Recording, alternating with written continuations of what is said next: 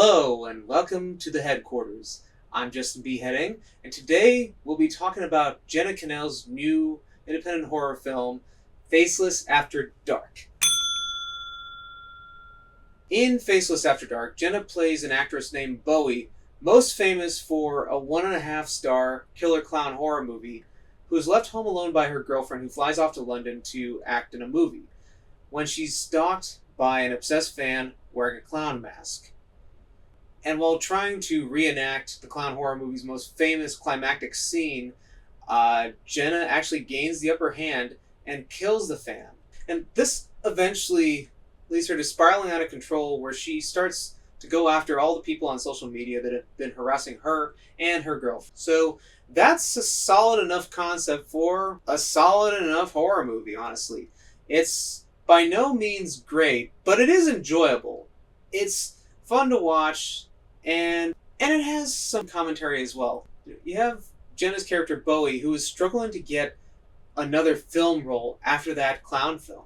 She's shown to be a little difficult to work with and argumentative at times, and meanwhile everyone else in her life, such as a director friend of hers and her girlfriend, are just being flushed with all kinds of success, which makes her jealous and understandably angry that none of that stuff is happening for her, which eventually leads to her snapping. The film is co-written by Jenna and Todd Jacobs, and of course Jenna Kanell is most known for her role in the first Terrifier film, and it's a very poignant choice, of course, to have her playing an actress who is most famous for a killer clown horror movie.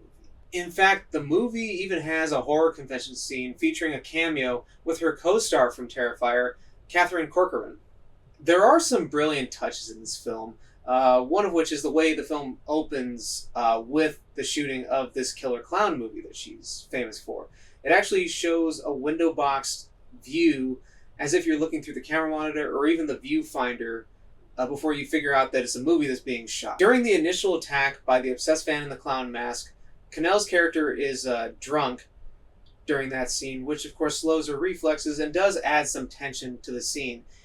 And at one point she actually loses her phone, and she ends up having to run to another part of the house to get away from this fan, and she has to find an old phone that she just has in a box, and she tries to charge it when the power goes out.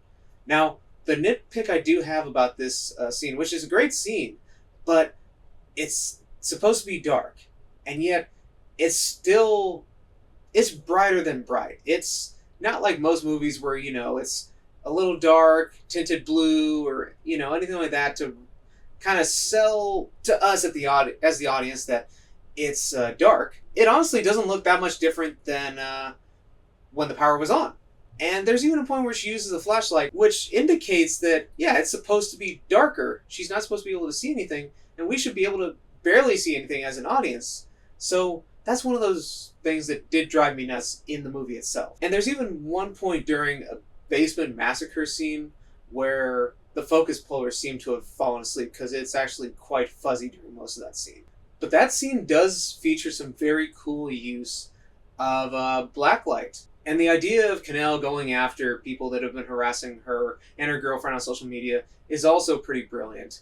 One of the ones that stands out to me is her going after a predatory politician who's been sending her all kinds of sexual DMs, and he's supposed to be married and everything, and tries to flirt with her and hit on her and everything. And she invites him over for dinner and drugs him and eventually kills him. And then she invites over an influencer who has been harassing Kanell's girlfriend for her sexual preferences. One of the other brilliant touches of this film is the fact that Kanell actually paints clown makeup on the victims' faces. And the movie also has a great ending that I won't dare spoil, of course. But in spite of all that, this film didn't fully click with me.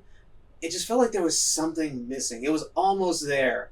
It had the right ingredients. It just didn't quite fully get there for me. And one of the big detractors for independent horror movies for me sometimes can be the visuals, the color palette.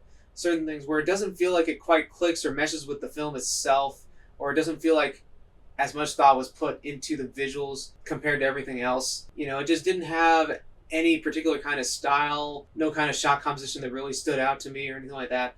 And that's something that I always feel is very crucial to a horror movie, especially in building the mood and the atmosphere. And with that, I give this film a 7 out of 10. Well, that's the review, folks. I hope you enjoyed it. What did you think of Faceless After Dark? Whatever you thought, let us know in the comments. Once again, this is Justin Beheading, and I hope to welcome you guys back to the headquarters sometime soon.